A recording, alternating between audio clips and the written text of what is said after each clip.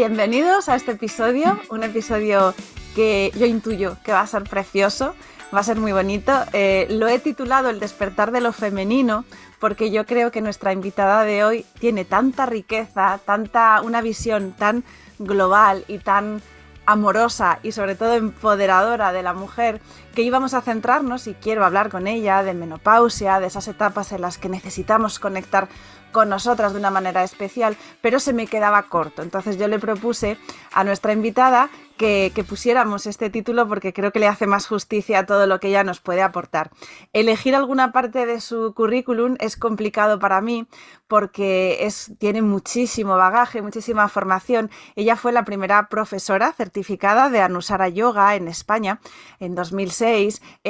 Forma parte ahora del comité de certificación de la escuela de Anusara, que va dando esas certificaciones, y además es profesora de Rasa Yoga. Ha indagado sobre toda esta sabiduría que tiene el yoga en su parte filosófica para precisamente acompañar y lanzar proyectos donde va acompañando especialmente a las mujeres, creando esos círculos de mujeres que tanta falta nos hacen, y que ella lo va canalizando a través de diferentes proyectos de los que ahora ya nos va a hablar. Es Susana García Blanco, su escuela de yoga, Rasa Lila Yoga, es un proyecto precioso del que yo soy fiel seguidora y tenía muchísimas ganas de que Susana estuviera aquí. Así que bienvenida, Susana, a cuidarte. Gracias. Qué bonita presentación, se me pone la carne de gallina. Sí, Quiero a mí aclarar un poco. se me hacía difícil porque tu perfil es muy complejo y a la vez muy redondo, y entonces quedarte con alguna cosita siempre parece como que es reducirlo, ¿no? Quiero aclarar solo una cosa. Uh-huh. Aunque sigo siendo profesora de Anusara Yoga todavía, que bueno, me certifiqué, como has dicho, en el 2006. En los últimos años me he quitado un poco de esa etiqueta. De hecho, Uh-huh. ya no estoy en el comité de Ah, certificación y mi visión del yoga se ha hecho como, ha evolucionado un montón. uh-huh. Entonces es como que, bueno, como que se me quedó pequeña un poco la camisa, ¿no? Y honrando totalmente todo lo que he aprendido y todo lo que he ofrecido a través de ese sistema con el que sigo, o sea, Uh-huh. sigo certificada y sigo en la escuela, pero básicamente lo que ofrezco ahora de yoga ya no lo llamo Anusara. Ujú, que es una evolución también muy Mm. natural y muy comprensible. Es cierto que nos vamos formando según una estructura, vamos teniendo ahí nuestras bases para poder ofrecer algo que tenga consistencia, pero es cierto que luego, uniendo la propia experiencia con lo que vamos aprendiendo, pues es cierto que al final el enfoque de yoga tiende a crecer, tiende a abrirse y se hace acogedor a diferentes perspectivas. Y eso yo creo también que es lo bonito, ¿no? Que cada una de las personas que vamos iniciando este camino, y cuando vas incorporando a tu formación también tu propio punto de vista, al final generas una perspectiva del yoga que es único y con el que tú, sobre todo, estás ayudando a mujeres a despertar este potencial que ahora nos explicarás, pero parece que nos hace falta todavía, a pesar de que vivimos en un contexto que ha evolucionado y que a veces nos da sensación de que tiene muchas cosas positivas y que hemos superado muchas etapas, pero la verdadera transformación ocurre dentro muchas veces, ¿no? Si te parece, tomando además este punto de vista que tú ahora comentabas, cuéntanos cómo es tu recorrido, porque siempre es inspirador para llegar a hacer lo que estás haciendo hoy en día. Ya, yo creo que, bueno, ahí yo soy una persona, me viene a la cabeza, yo soy muy fan de Rosalía y me viene a la cabeza esta frase que tiene que soy mariposa, yo me transformo, ¿no? Uh -huh. Entonces, también aparece esto en mi carta astral. Siento a veces como que he vivido varias vidas muy diferentes dentro de esta vida y sin duda una de las cosas que me marcó inmensamente fue conocer el yoga y entrar en un proceso de sumergirme totalmente en esta práctica y en su estudio, y es un proceso en el que llevo veintitantos años. Y otro punto de inflexión fue, nunca recuerdo, creo que fue en el 2016, tuve un accidente. Fue una época muy dura. 2 años antes había muerto mi padre y bueno, estuve cuidándole, y lo que es la experiencia de la enfermedad, de la muerte, del volver un poco a la familia después de muchos años que había estado fuera. Y luego en ese año, que fue 2 años después, tuve un accidente y me rompí los tendones de los dos isquiotibiales en las dos piernas. Eh, esto marcó, junto con una ruptura amorosa bastante intensa y la menopausia, o sea, todo un poco junto, eh, un poco como un cambio totalmente de identidad, ¿no? De pensar, jo, hay un montón de cosas con las que me identifico y que ahora realmente no puedo hacer. Entonces, en realidad, ¿quién soy yo? Porque yo sigo aquí, o sea, aunque no pueda Ujú, hacer ciertas cosas, ¿no? Había también había mucha gente que me decía, ya no vas a poder hacer yoga, ya no vas a poder enseñar yoga. Y yo eso es algo que nunca siquiera se me pasó por la cabeza porque siento que a veces tenemos esta visión limitada del yoga, como el asana, el ejercicio ujú. físico, y esa es una porción pequeña, incluso diría, de lo que es el yoga. Y de hecho fue una etapa pues de mucha introversión, de mucho descubrir las prácticas del yoga a unos niveles increíbles y de conectar con quién era yo a un nivel mucho más profundo. Y el tema de la menopausia para mí fue como un poco brusco, digamos, porque Ujú. creo que un médico me dijo, un médico naturista, que tuvo que ver también toda la historia del accidente. Entonces, de repente sentí, wow, es que esto nos llega a veces sin esperarlo, sin darnos cuenta, y no estamos preparadas, ¿no? Para el cambio que supone a nivel físico, a nivel mental, a nivel emocional.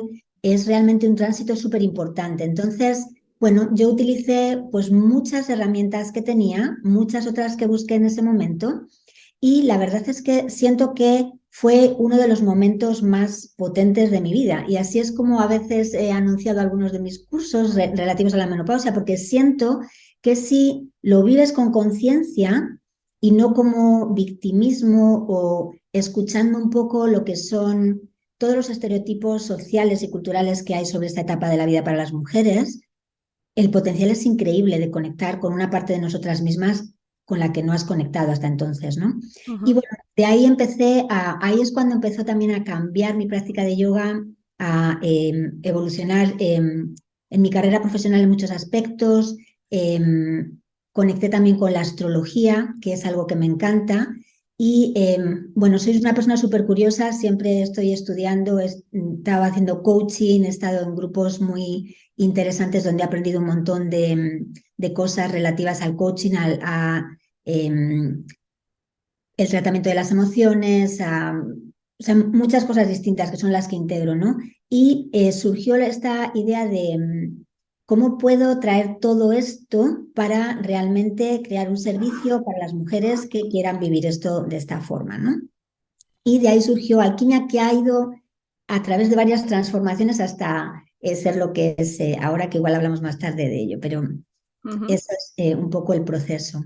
Pues cuéntanos, yo creo que es buen momento para hablar, incluso como dentro de la narrativa así fluida, ¿qué es alquimia? Porque sí es un punto de inflexión también importante en tu trabajo y cómo ofreciste. A mí me gusta mucho esa idea que comentas, ¿no? De quería integrar todo eso, porque a veces eso es lo difícil, encontrar una síntesis cuando hay tanta información, tanto que nos ha transformado, esa vivencia tan potente, cuando encima ocurre a través de tu propia experiencia.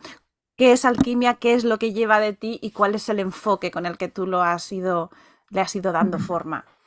Alquimia es muy curioso porque nació en la pandemia. Ujú. Yo me encontré en una situación súper interesante porque sin pensarlo, sin saberlo, pasé un año en mi pueblo donde crecí con mi madre, en casa de mi madre, y fue un tiempo como súper fructífero de creación en el que pude parar de viajar, que es lo que hacía antes más, viajar enseñando talleres y los cursos de formación de profesores y todo esto, que me encanta hacer, pero realmente era bastante agotador todo el tema de viajar. Entonces, ese momento de la pandemia para mí fue como puro néctar, ¿no? Y empecé a pensar, quiero crear esto, cómo va a ser.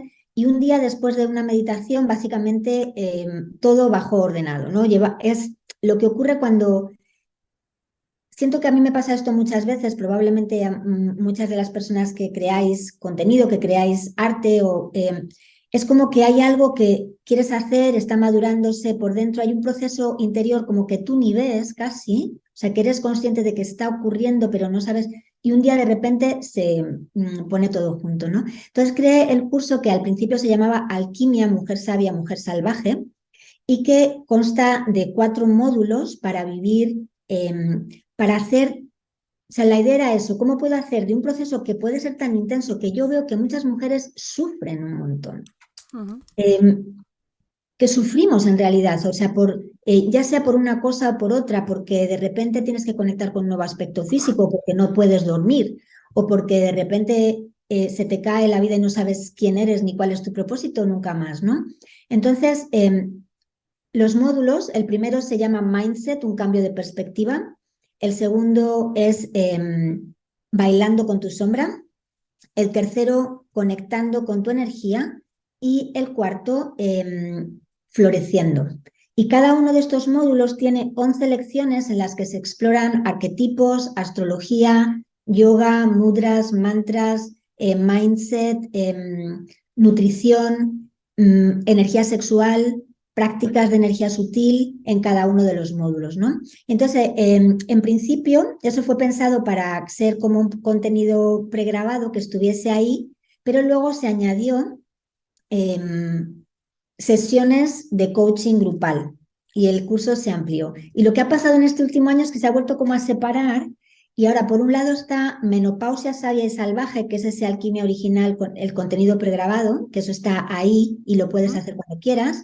Y por otro lado, he creado Alquimia School, que es un programa en el que tú entras y tenemos un año entero para trabajar en grupo con sesiones de coaching, de mentoría grupal, con talleres, con acceso a todas mis clases de yoga, con acceso a 13 lunas, 13 mudras, que es como el programa pequeñito pero súper potente. Y básicamente los dos programas están pensados para crecer y Alquimia se ha expandido. Es como que me di cuenta que muchas de las personas que venían, ni siquiera el tema era la menopausia, pero que podían usar las mismas herramientas. Entonces, puedes combinar los dos programas, puedes hacer uno, puedes hacer el otro. Y el tema es mucho más amplio porque al final me di cuenta que la menopausia a veces es como una excusa Ujú. para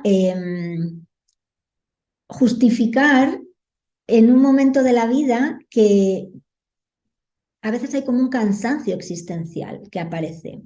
Y lo que hacemos en alquimia es que, sobre todo vienen mujeres como a partir de los 40, es revitalizar, darle un nuevo enfoque a tu vida, o sea, qué es lo que realmente quieres hacer. Y desde ahí vamos a tener todas las herramientas para que lo hagas, incluidas lo que es trabajar con el tema de la menopausia, pero con todo lo Ujú. demás. Qué bonito, me gusta mucho, es verdad, esa definición, ¿no? Cansancio vital que llega, parece simbólicamente que llega la menopausia y como que termina una etapa. A veces yo creo, por lo menos desde mi punto de vista, asociamos a la menopausia al final de algo, ¿no? Como final de nuestra vida reproductiva y parece que tenga que ver o no con realmente la reproducción, es como si pusiéramos un tope que los hombres no tienen. Ellos no tienen un punto ahí donde hay algo que les marca, igualmente sufren cambios, pero parece que nosotros tenemos ahí como una fecha que por el ritmo de vida que llevamos ahora, incluso a mí me da la sensación que llega demasiado pronto, porque es Claro, como, bueno, ese ¿el es el final de problema. qué? Si estoy... Es que, mira, una de las cosas que en las culturas, en culturas ancestrales se veía la menopausia, realmente la menopausia es simplemente el cese, el final de la menstruación, es lo que quiere decir la palabra, ¿no? Que a veces también tiene dicen, es que es una asociación negativa, no me gusta la palabra. No hay ninguna asociación negativa en esa palabra, se la ponemos nosotros. Es súper neutra, es cesa la menstruación, o sea, más neutro no puede ser, pero tiene un montón de connotaciones negativas, ¿no?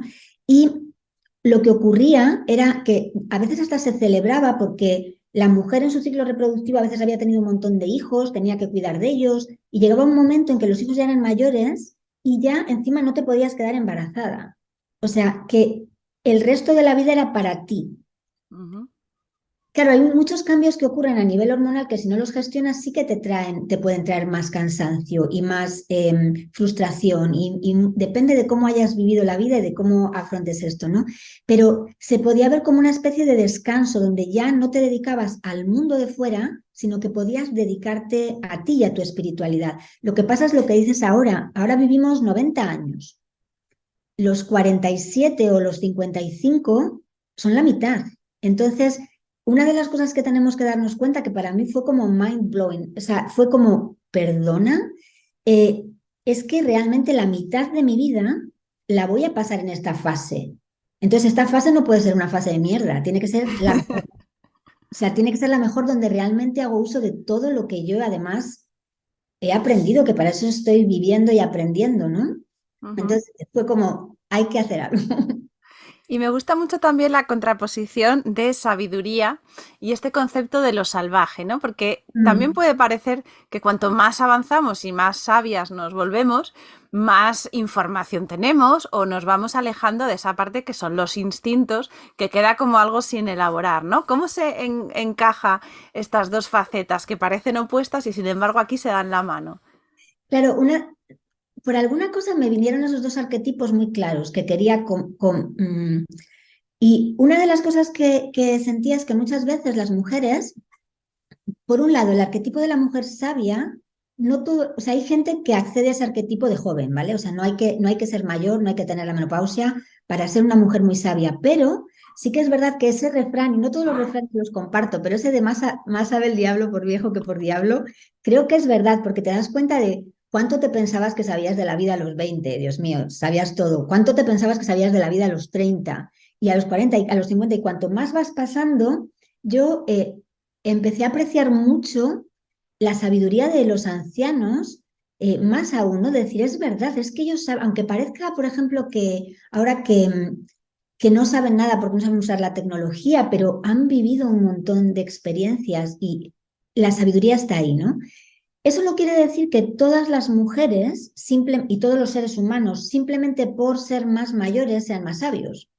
Hay Ujú. gente que va un poco hacia atrás, porque si tú vives desde, por ejemplo, el resentimiento, si nunca has mirado a tus traumas infantiles, si nunca eres consciente de tus patrones limitantes, de hecho se van haciendo más fuertes mientras cuando te vas haciendo mayor, y al final la sabiduría no reside realmente en la edad. Entonces una idea era, sí, quiero hacerme mayor, pero quiero hacerme mayor y sabia. Y la otra idea, lo de los salvajes, que cuando pensamos en la mujer salvaje es más como una niña, adolescente, ¿no? Que puede correr desnuda por la playa, yo qué sé, o jugar, o la sexualidad, todo esto. Y luego llega un momento en el que parece que tienes que ser como más formal, o sea, como que hay cosas que... Y fíjate, no lo veo esto tanto en España, no lo veo tanto esto en España, igual porque yo en mi familia esto no lo he vivido tanto, pero cuando yo viví en Estados Unidos un tiempo, y me acuerdo que hay todos estos estereotipos marcados de lo que tienes que hacer a los 30, lo que tienes que hacer a los 40, incluso qué peinados puedes llevar después de los 40, de los 50, se cortan el pelo, o sea, como que hay que cortarse el pelo, hay que hacer no sé qué. Y era como, perdona, de verdad, Eh, yo creo que puedes conectar con esa energía salvaje cuando eres más mayor y de hecho eso es lo que te va a mantener también más joven. Entonces, hay como lo que dices, ¿no? La conexión con el instinto, con la energía sexual, que a veces puede ser una conexión diferente. La conexión con la naturaleza. Hay un montón de cosas que son súper sanadoras para las mujeres y que creo que tenemos que conservarlas hasta que nos vayamos de aquí. Ujú. Y además alimentarla, ¿no? Porque a veces también, Bien, tú estabas claro, hablando claro, ahora de conectar y justamente a mí esa palabra lo que me evoca es que lo que estamos encontrando está dentro de nosotros, porque a veces buscamos totalmente. la respuesta afuera y es, bueno, voy a buscar herramientas porque sí que detectamos que algo cambia o que algo va mal o que queremos modificar algo, esta energía distinta que no podemos a lo mejor identificar claramente, pero vemos su manifestación de más. Y muchas veces nos proyectamos a buscar eso que está fuera y lo que tú nos estás explicando es conectar, o sea, ir a la fuente que quizá no está fuera, sino que lo llevamos dentro. Este trabajo con los arquetipos, con lo simbólico, nos puede ayudar a conectar con esas partes que a lo mejor no reconocemos. Sí, es que, bueno, yo soy súper fan de los símbolos, de los arquetipos, de la mitología, porque es como la forma que el subconsciente asimila información, en realidad. Entonces, cuando tú cuentas, por ejemplo, yo a veces mezclo la filosofía con la mitología, ¿no? En cursos o cuando tú explicas algo filosófico, hay veces que puede ser difícil entenderlo a nivel consciente, a nivel de la mente racional, porque a veces hablamos de temas que pueden ser esotéricos o que no son tan familiares. pero cuentas una historia y las historias mitológicas van ahí, llegan a la persona. Cada uno lo recibe a veces de una forma distinta, pero llegan. Por eso siempre se ha elegido, ¿no?, la forma que se transmitía la sabiduría especialmente entre la gente que no estudiaba, era a través de los cuentos y de las historias, porque esa ha sido la forma de transmitir, ¿no?, los valores, la cultura, pero incluso enseñanzas sobre las sombras, sobre las emociones, sobre el crecimiento personal, están ahí muchas veces en las historias y en los arquetipos. Y una cosa que me gusta mucho de los arquetipos es que nos permiten ver tanto la luz como la sombra. Y esto es algo súper importante, que a veces, por ejemplo, en las comunidades espirituales mm, hay un enfoque muy grande en la luz y se desecha totalmente mirar a la sombra, ¿no? Esto es lo que se llama spiritual bypassing, ¿no?, atajo espiritual. Y esto trae muchos problemas, porque los seres humanos somos luces y sombras y es súper importante reconocer ambas, ¿no? Y los arquetipos nos muestran eso muchas veces, ¿no? Cuando ves estas historias mitológicas que, bueno, el bueno hace cosas malas, el malo hace cosas buenas, ¿no? Es como eso. Ujú. ¿Y qué es lo que nos desconecta? Porque hemos nacido, o sea, quizá con esto en su sitio y hemos ido evolucionando y a medida que aprendemos a estar en este mundo, sin embargo, vamos perdiendo esa conexión y llega este momento en el que algo nos dice, la menopausia, un cambio, una transición, que tenemos que volver a conectar con ello. ¿Dónde lo hemos perdido? Si hablamos a nivel de seres humanos, yo creo que el propio hecho de ser humano significa desconectarte, ¿vale? El propio hecho de nacer y encarnarte en un cuerpo exige de alguna forma una parte de desconexión. En mi visión un poco del mundo de la creación, de quién somos, ¿no?, que es la visión del Tantra, mm, digamos que lo divino se encarna a través de distintos seres y hay un proceso que se llama de ocultación para poderme yo experimentar como Susana García Blanco. Aquí donde estoy sentada hablando contigo, tiene que haber una ocultación de todo lo divino como uno, como unidad, porque si no, no podría experimentar este momento en el tiempo, en el espacio como yo. Entonces, hay muchas tradiciones que ven esto como un problema.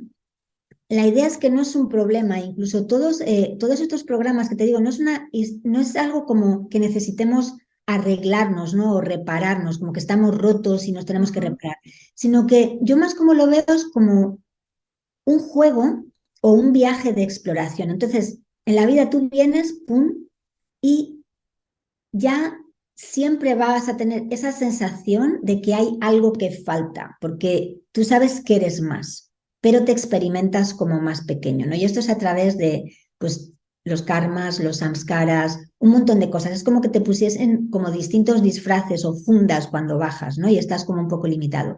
Y lo bonito de la vida es precisamente que es ese viaje de descubrimiento de quién eres de verdad. Entonces, es todo un proceso y por eso, o sea, bueno, el yoga, todas las tecnologías mm, de, me gusta llamarlo tecnologías porque creo que lo son, de crecimiento personal, de exploración, de conciencia.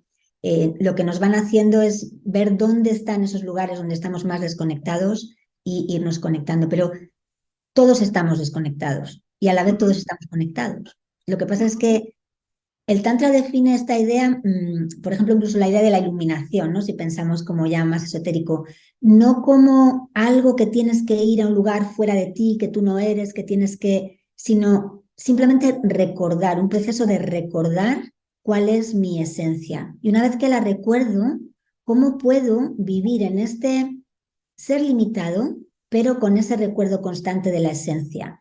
Y la vida cambia totalmente, ¿no?, cuando la ves desde esa perspectiva. Totalmente. ¿Y qué es el tantra para las personas que no están familiarizadas o que simplemente les evoca algo que muchas veces tiene que ver con la parte sexual o ese tantra que no entendemos del todo? Has explicado como esa fuente de tanta sabiduría que nos va trayendo este punto de vista muy integrador. ¿Qué es el tantra y cómo lo has Mm. incorporado tú a estos proyectos? Vale, es difícil definirlo en pocas palabras, pero sí, como tú bien has dicho, aquí hay como un malentendido un poco, con todo el respeto a las personas que practican y que enseñan el tantra, que se llama a veces neotantra o tantra de la sexualidad, que siento que es súper beneficioso también, ¿vale? Siento que tendrían que haber puesto otro nombre simplemente. Eso ha habido ahí como un error histórico, porque el tantra no tiene en realidad nada que ver con la sexualidad. El tantra es una filosofía del yoga, una de las grandes escuelas del yoga que surge sobre todo como tal, como en la Edad Media. Y una de las diferencias que tiene con el resto del yoga, y esto es muy importante porque la mayor parte de la gente asocia el yoga con las otras escuelas, que son el yoga clásico y el Advaita Vedanta. Y aunque no sepas lo que son ni hayas oído nunca hablar de ellas, casi siempre asociamos con eso, ¿no? Como los yogis viven separados del mundo, los yogis viven en una cueva, se trata de trascender este mundo, de parar la mente, todas esas cosas son cosas de esas otras tradiciones.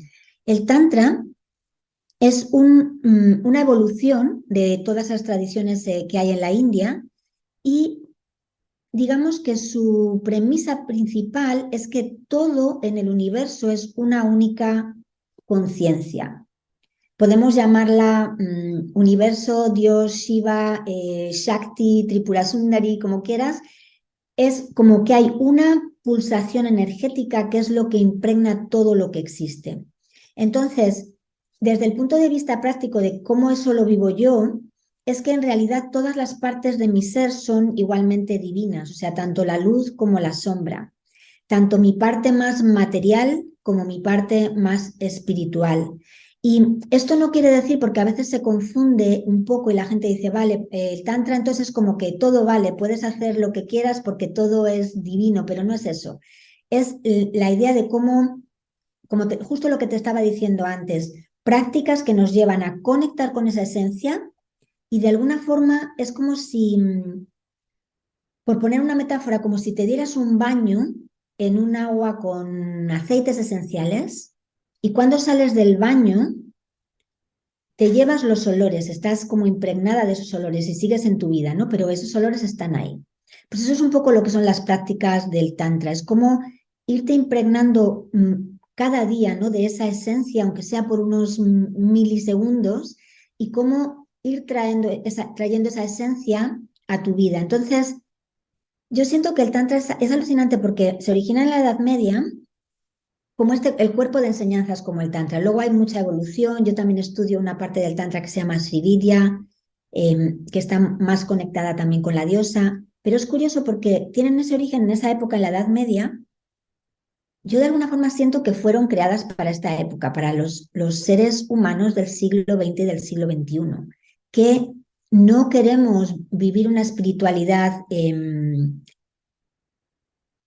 como iba a decir con obligación, pero no es que no haya obligación, o sea, sí que sigue habiendo la obligación de la sadhana, pero no queremos vivir espiritualidades impuestas y no queremos no queremos que la espiritualidad sea algo que nos separe del mundo, ¿no? Como pasa con muchas de las corrientes espirituales, que es o eres espiritual o no eres espiritual, ¿no? Pero el tantra es como, puedes ser espiritual, vivir en el mundo y de hecho hacer desde tu espiritualidad el mundo un lugar mejor. Esa sería un poco la Ujú. idea.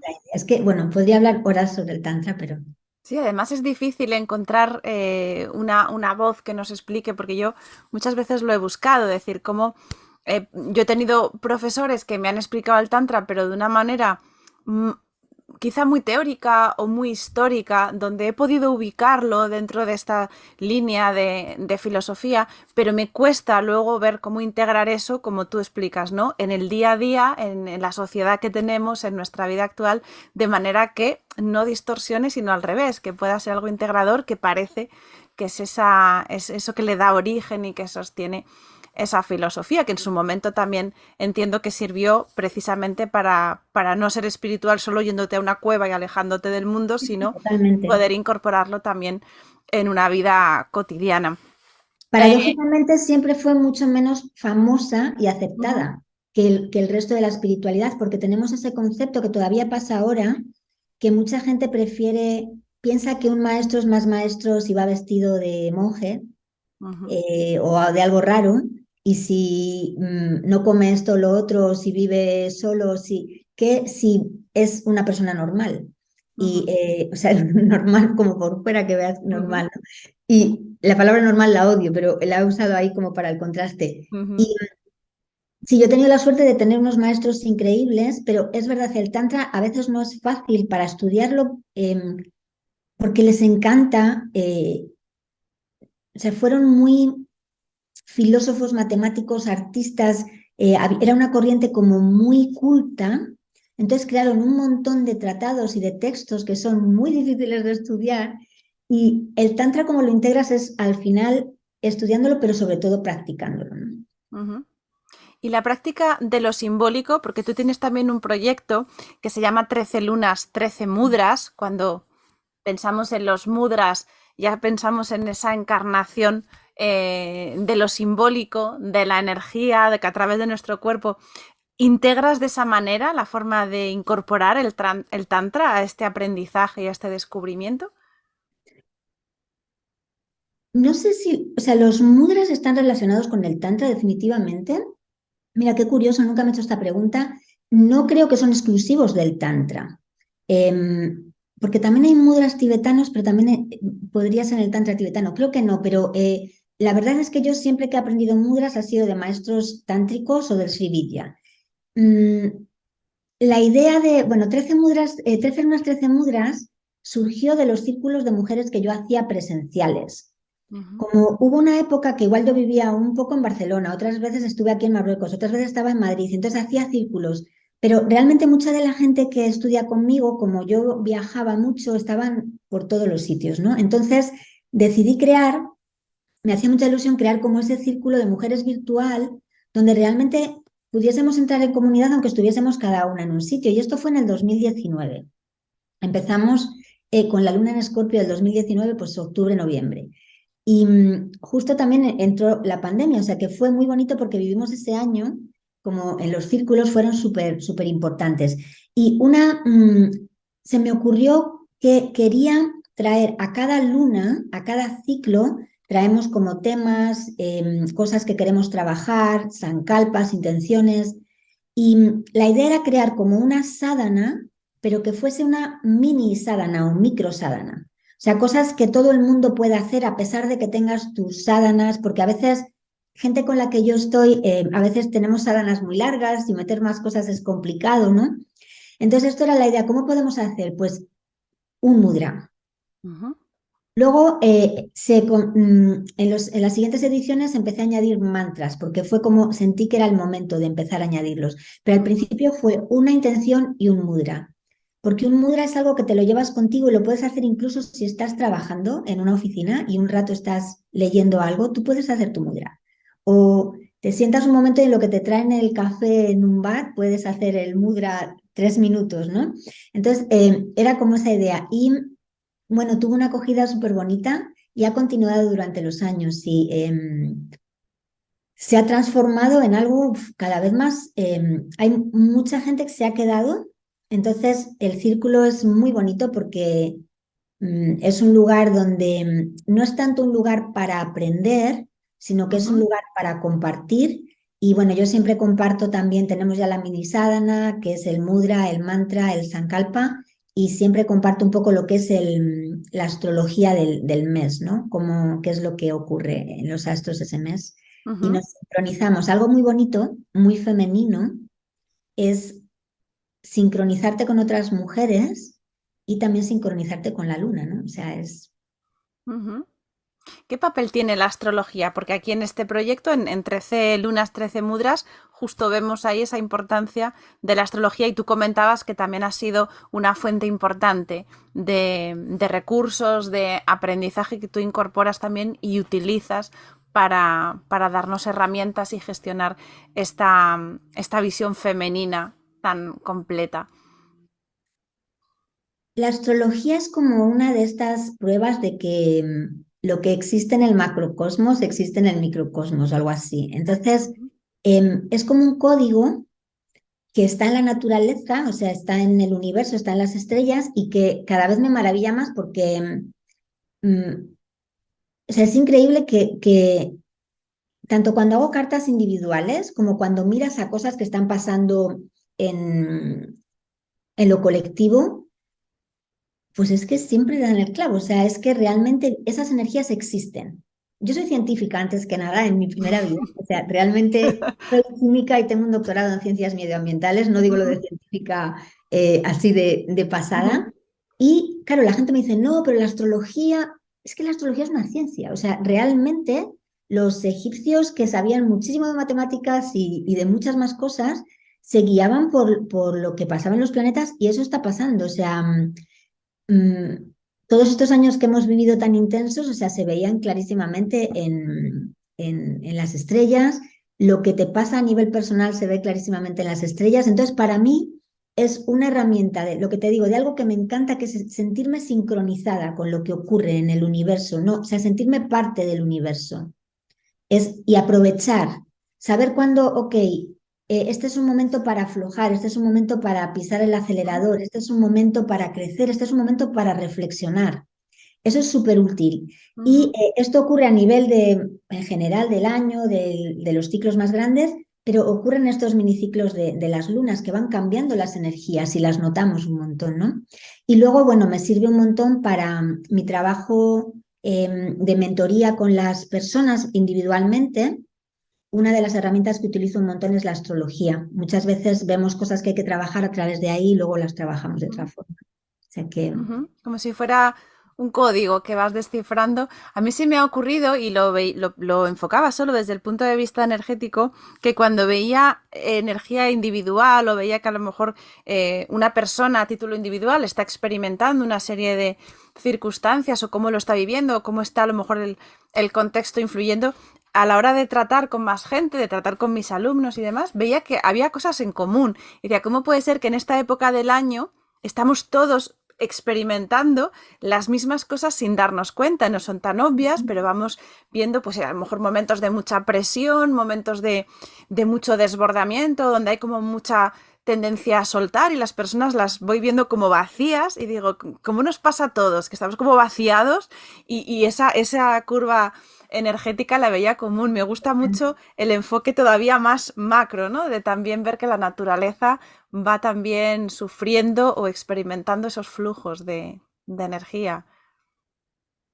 Sí, no, la astrología es alucinante. Ujú, Bueno, hay distintos tipos, ¿no? Porque está, por ejemplo, también el calendario maya y todas, o sea, pero todas las grandes civilizaciones han utilizado las estrellas para, no tanto para predecir, sino como para encontrar cuáles son las energías disponibles. Igual que es un poco como si tú miras la temperatura que va a hacer y si va a haber, y si va a llover o no, ¿no? Y sabes si sacas el paraguas o no sacas el paraguas, pues la astrología es un poco parecido. ujú.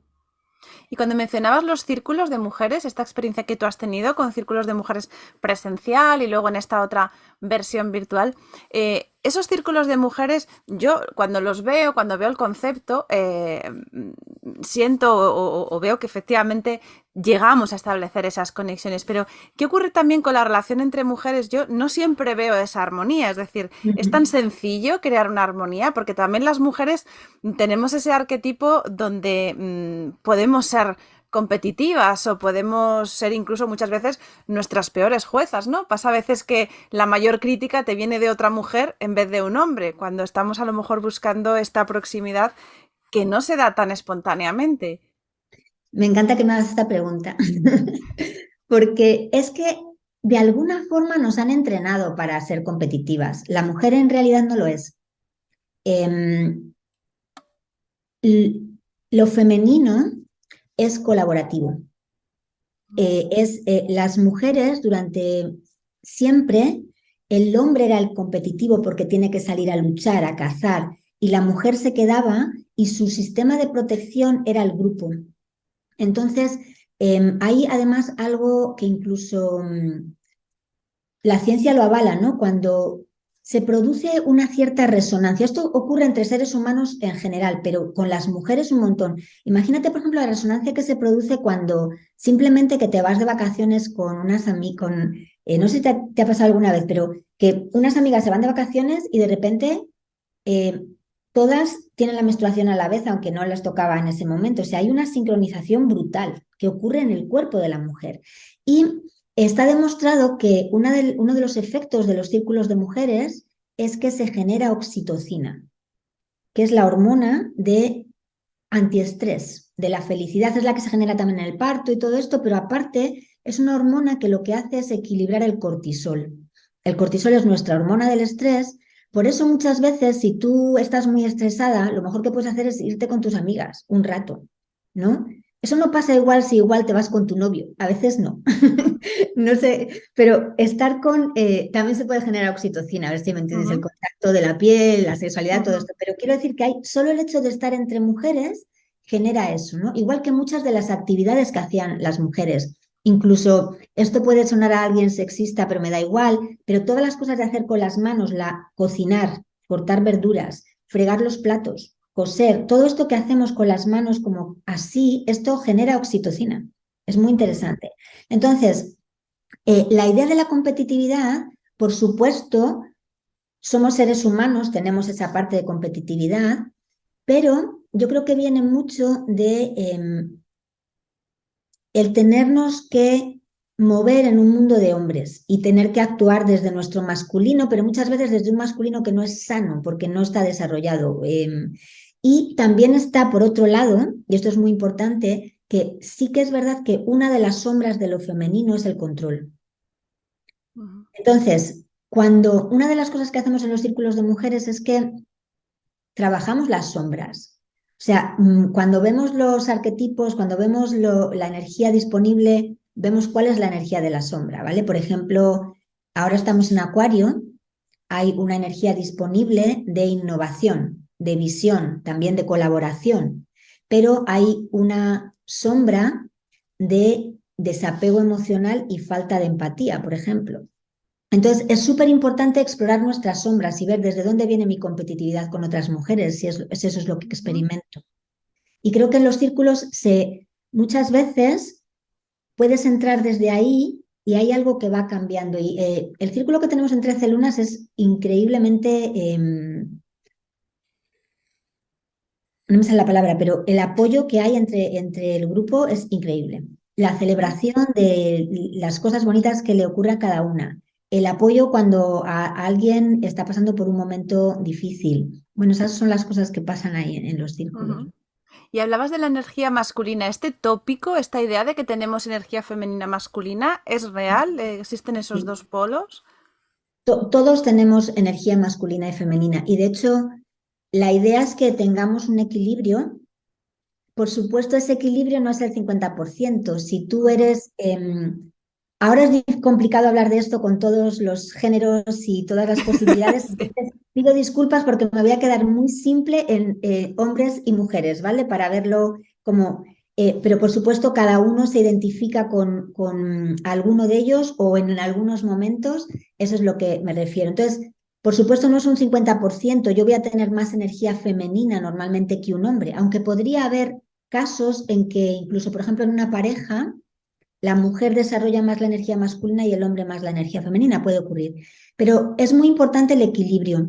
Y creo que además, para mí, este tema es apasionante porque creo que la evolución de nuestras sociedades y la evolución sana de todos nuestros sistemas económicos, de nuestros países, de dónde estamos ahora como especie humana y como sociedad, mm, pasa por encontrar este equilibrio de lo masculino y lo femenino. O sea, venimos de muchos siglos, milenios de patriarcado y de una energía masculina predominante, donde la energía femenina no se ha dejado expresar y se ha expresado en los círculos, por ejemplo, ¿no? Ujú, Esto lo veo yo a veces aquí en Marruecos, donde la energía femenina se expresa en las casas, en los hammams, en sitios, y a veces nos sorprendemos de a veces los salvajes que son, y no te imaginas que las mujeres actúan así cuando tú las ves con un velo.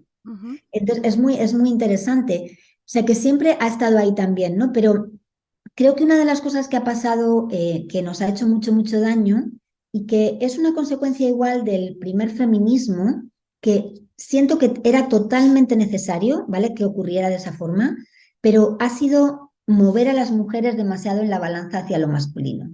vale, ahora voy a trabajar con un hombre, voy a ser como un hombre, todo como un hombre, ¿no? Ujú.